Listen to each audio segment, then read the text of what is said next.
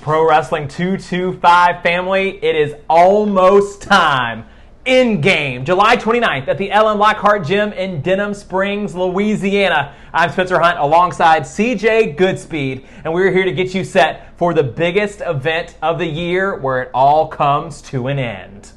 It's going to be wild. It's going to be one of the most wildest nights ever in 225. I mean, you're taking Michael White, who we know the story. I'm not even going to get into it. There's no sense in it. I mean, I'm not even going to talk about him. But the heart and soul of 225 also, who is Wild Thing, in a steel cage. I mean, I don't know. I'm pretty sure White didn't know what he was getting into. It sure didn't look like it the day they did the signing. So I'm really curious about this one.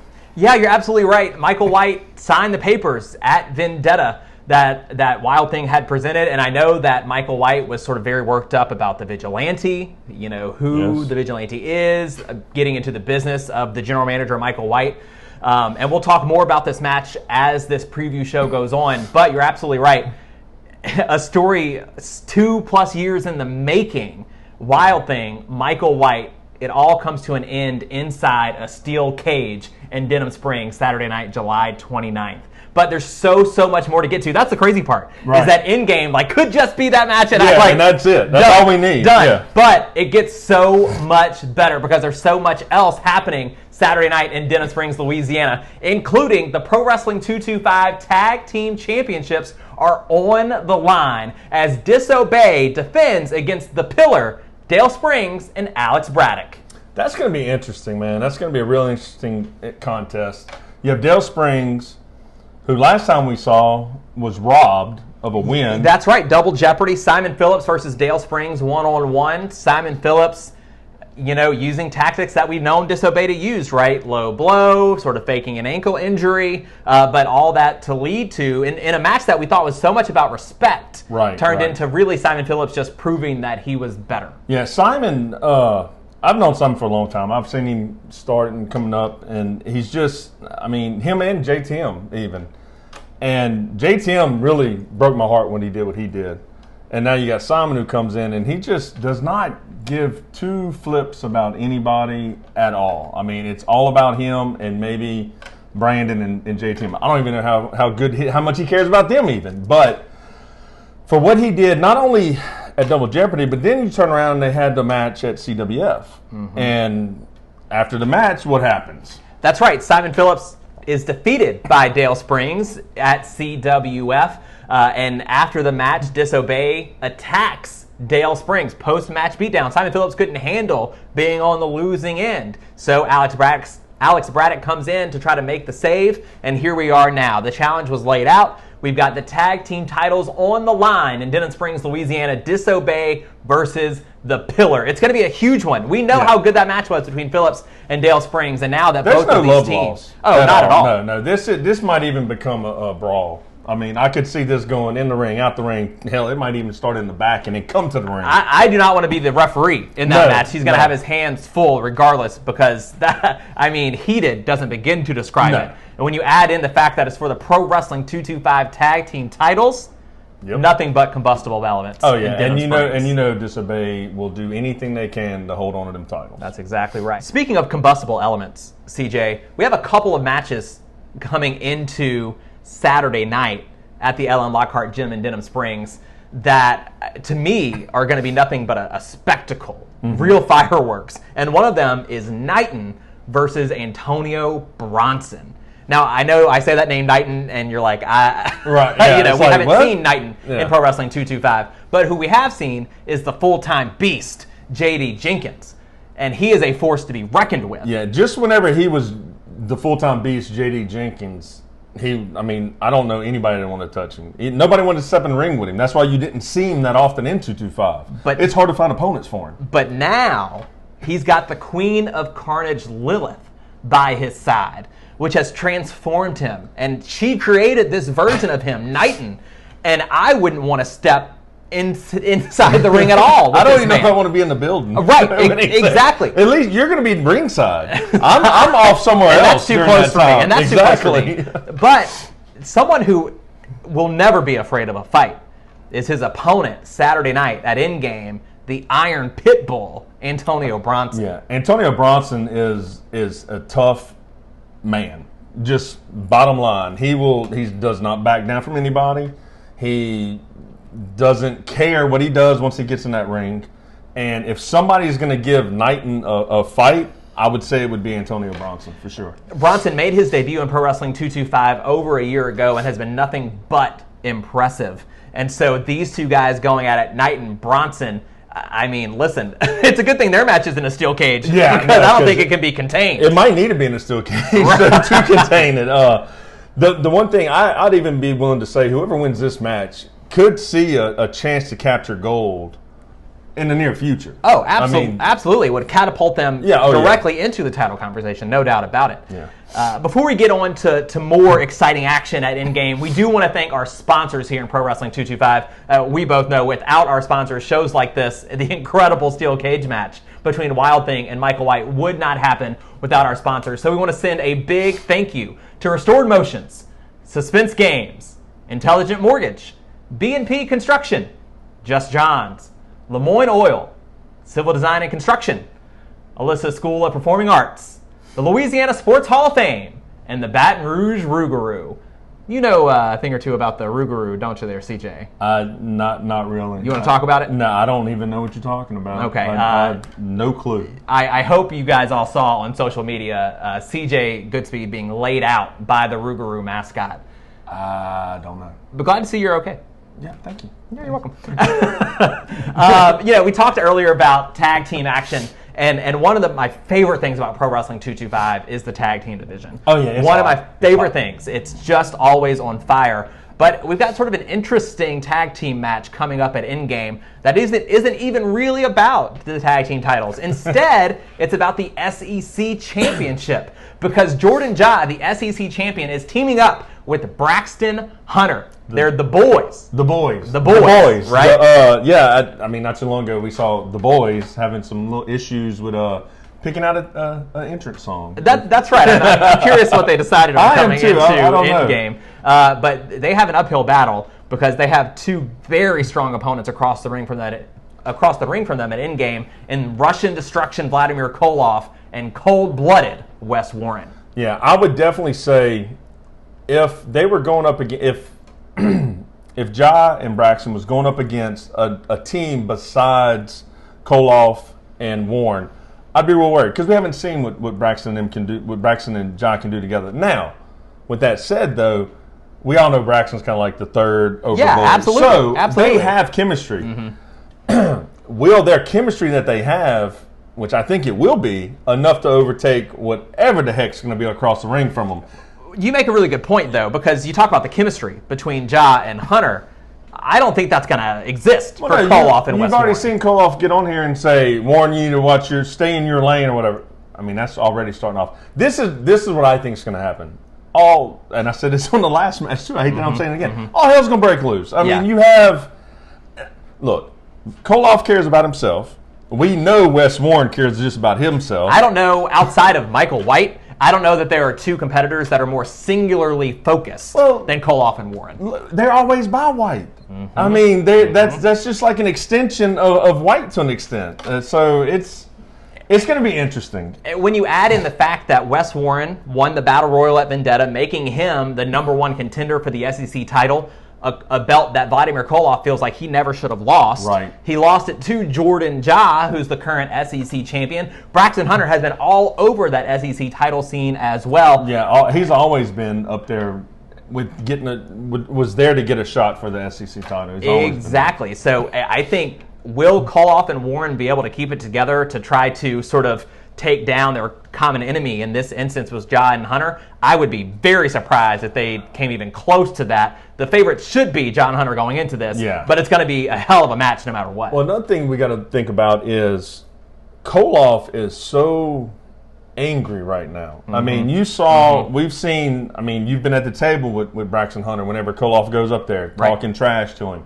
They was talking trash. Koloff was in the ring, and I think they had to almost pull Hunter out of the arena. So That's something else that's over there boiling on its own, and then you have Wes Warren, who just doesn't like nobody. Well, and Braxton Hunter and Wes Warren have gone at it over and over again through the years, including in Pro Wrestling 225. The history here is abundant, and these guys, all four of them, have issues. Yes. So I don't know what's going to happen at ENDGAME. All I know is that the winner is going to be the fans in Pro Wrestling 225, because that is going to be one heck of a tag team match. Oh, yeah. I wouldn't be surprised if the winner of this doesn't go on to face a form of disobey. Yeah, or the Pillar, Dale Springs and Alex Braddock, whoever comes out on top. Absolutely. That would be very interesting, seeing them go against the Pillar. Right. We'll see how it goes down at ENDGAME. Don't forget, it's at the Lockhart Gym in Denham Springs, Louisiana. Bell time is 7 o'clock. Doors open at 6. Very strong chance there's some power hour happening to get you set up before all the action goes down. So make sure you come on in. You can still get your tickets online at Eventbrite. Also check on Facebook and other social media to make sure you are ready to go for ENDGAME. A couple more to break down for you, though, as we get closer to Saturday. And it's another singles match. And this is a really, really exciting one. And I hope Denham Springs is ready, because we've got a singles match between Edge Stone and Ray Fury. And Ray Fury, we've seen in Pro Wrestling 225, one of the most exciting, most athletic guys we ever seen step into the ring in 225. Edge Stone has everything it takes to be a highly competitive professional wrestler at the top of the card anywhere he goes. And these two are going to clash at ENDGAME. They've wrestled all over the place in Texas and Tennessee. Internationally, they've been all over the place, and we get the treat of seeing them in Pro Wrestling 225 at ENDGAME. And, you know, in such a competitive roster that Pro Wrestling 225 has, here's just two more players to sort of mix in 225 and see how it goes. It's always great to see some people that we don't usually see. Right. Now, we know of these people because they are who they are. Mm-hmm. We've seen Ray Fury. We've seen Ray Fury go against Corey Constantine. We've seen him go against Lucha Lacora. Mm-hmm. Fury is, I mean, every time I've seen him, he amazes me. Right. You know, and Edge Stone's not going to be any different. Mm-hmm. It's going to be one heck of a match between those two. Yeah, you do not want to miss it at ENDGAME Saturday night, the Lockhart Gym in Denham Springs, Louisiana. A couple more to get to. I want to get back to that steel cage match, our main event. But let's first talk about some mixed tag team action. We talk about this steel cage match being one of the biggest matches in the history of Pro Wrestling 225, and there's no doubt about it. But let's flash back to just our most recent show, Vendetta, when Christian Blake accomplished one of the biggest feats in the history of our company as well, when he finally climbed that mountaintop and was able to dethrone Corey Constantine and become the new Pro Wrestling 225 heavyweight champion. He is going to be in action, in mixed tag team action, as he has found himself a partner in Devlin Macabre to go against the team of Corey Constantine and former Pro Wrestling 225 women's champion, Cody King. Yeah, and this is what we're looking at, guys. We got one guy that is on top of the mountain. He just won it.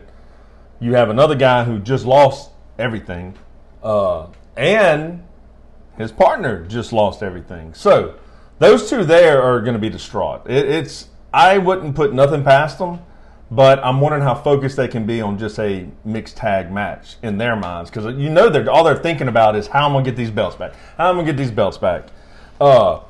Devlin actually has some beef with Cody King. For the fact is, whenever Cody and Amherst fought, no, I'm sorry, it wasn't Cody. And Amherst. You're absolutely right. At Showdown, when we last saw Devlin Macabre, she was facing Amherst Blair. Cody King, who was on commentary at the time, jumps in the match afterwards to attack Amherst Blair. Macabre had to come in and make the save. Right. So there's a lot into this match than what maybe people can remember or what they're thinking about. So this is going to be another one. The gloves are off. Gloves are off on this. And if you think the feud, the dust has settled between Christian Blake and Corey Constantine, you got another thing coming. No way. No. That's going to be a while, I'm pretty sure, because Corey's not going to stop. He's not going to stop. Well, and it's just gotten more and more personal every step of the way. Yes. And so now, luckily for Christian Blake, he's got somebody on his side who can go tit for tat with Cody King, right? Because Christian Blake, respectable champion, he's not going to be the one to go take down Cody King, despite Cody King being willing to put her hands on Christian Blake and Brady and Landry and so on. Who hasn't she? Right. Who hasn't she done something to in this in 225? Yeah, it's been Cody King has done everything wrong to everyone to keep Corey Constantine with the championship. If I happen to walk into the back by some means, I go back there and she's back there, I go around her. And it's a smart thing to do. Yes. It's a smart thing to do. And I mean, we know Corey and Cody, right? The two of them, they keep to themselves as far away from everyone as possible because they're above it all. Yeah. And so we'll see if Christian Blake and Devlin McCabre can bring them back down to earth a little bit at ENDGAME. And this is the thing with them. Whenever they come to you, they don't ask you to do anything. No. They just tell you what you're going to do. We are just lucky to be in their presence. Exactly. We'll see how that goes. But the reason we're here, the main event of ENDGAME, July 29th, this Saturday night at the LM Lockhart Gym in Denham Springs, Louisiana. Steel cage match. One of them must go. Wild Thing, Michael White. Ooh, yeah. It's that is gonna blow the freaking roof off of the LM Lockhart Gym. There's no doubt in my mind. It's gonna blow the roof off. The one thing I'm hoping is, and you know me, I have all the faith in the world of Wild Thing. I will go to war with him every day of the week. I will back him every day of the week. However, we still don't know how good a shape he's in. We've seen he's been working out. It looks like he's pushing good weight. His form looks good. I didn't see him limping. I haven't seen him holding his back. But that's working out. This is wrestling. And on top of that, this is wrestling in a steel cage with a snake, a deviant. I don't put nothing past Mike White. I mean, he's cussed me out on camera. He has called me names in a show. The whole reason you're sitting here is that he fired Landon. Yeah. Right? I'm not supposed to even be on camera anymore. And now I'm back on it because he fired Landon, which I have no clue. Because Landon was wearing a green jacket? I don't know. Is that why? Because he's deranged. But I want to kind of, to your point, mention that you're absolutely right. Like, you can talk about Wild Thing, and we got to see him in action at Cajun Heat 7 against Vladimir Koloff. And he looked good. And he looked good until Michael White came in and attacked him afterwards. And so what I want to say is, we keep billing this thing as the biggest match in the history of pro wrestling, 225, for control of 225. These two have been in this situation before. Super Gold 6, Yep. Survivor match. They both got a team together. Last man standing gets the general managership of Pro Wrestling 225. And you know who won that match? Doesn't matter how he did it. He did it. He won it. Michael White. So you mean to tell me that I'm expected that he can't do the same exact thing this Saturday night at ENDGAME? Oh, not only can he do the same thing, but he can have all those pieces that helped him before. They're in play still. I don't care if you are in a steel cage. Well, we've seen Michael White pull every trick in the book. Yeah, I mean, the whole back might come out. Who knows? I mean, who knows what this guy is going to do? Because nobody can be in somebody's. And I get messed up when I talk about Mike White. Me and him have a little pass, and we're over it now. I hope, but he's still a thorn in my side of just who he is and how he acts and how he treats people. There is no way that I can sit here and tell you that I know for a fact that Mike White's going to come in that ring. It's just going to be him versus Wild Thing in the cage. It is. I cannot say that. I do not believe that. I don't even know what's going to happen. But if Wild Thing does not have his head on straight, his back needs to be 100%, which I can tell you I don't think it is. There's no way for him to survive this. And this might not just be the end of 225. This might not just be the end of Wild Thing going against Mike White. This could possibly be the end of Wild Thing, period. He might not be able to walk out of this match. He's putting it all on the line. He is. Let me ask you this. Somebody's definitely going. Let me ask you this. How long has Pro Wrestling 225 been around? We're going on almost 10 years. It's been nearly a decade in Pro Wrestling 225. And I'm telling you right now from this spot, there has not been a single confrontation, a single match, a single moment more personal that has meant more than this steel cage match Saturday night, July 29th at the LM Lockhart Gym in Denham Springs, Louisiana. Bottom line is, one thing is for sure. Between Wild Thing and Michael White, it's all coming to an end this Saturday at ENDGAME. Bring me danger. I turn all my fears to friends. I need the anger. 'Cause there's venom in my head. I leave the enemy with more than nothing left, and it gets stranger. This isn't over yet. I don't wanna see that white flag waving. This is to the bitter end. 'Cause this is what I live for. I never quit, no, no. This is what I live for. I take another swing, so I never miss, no, no. This is what I live for. It's time to kiss the ring, oh, I'm trying to get cold. 'Cause this is what I live for. This is what I live for. I never quit, no, no. This is what I live for. So what's the damage? If you got bones with what I said, I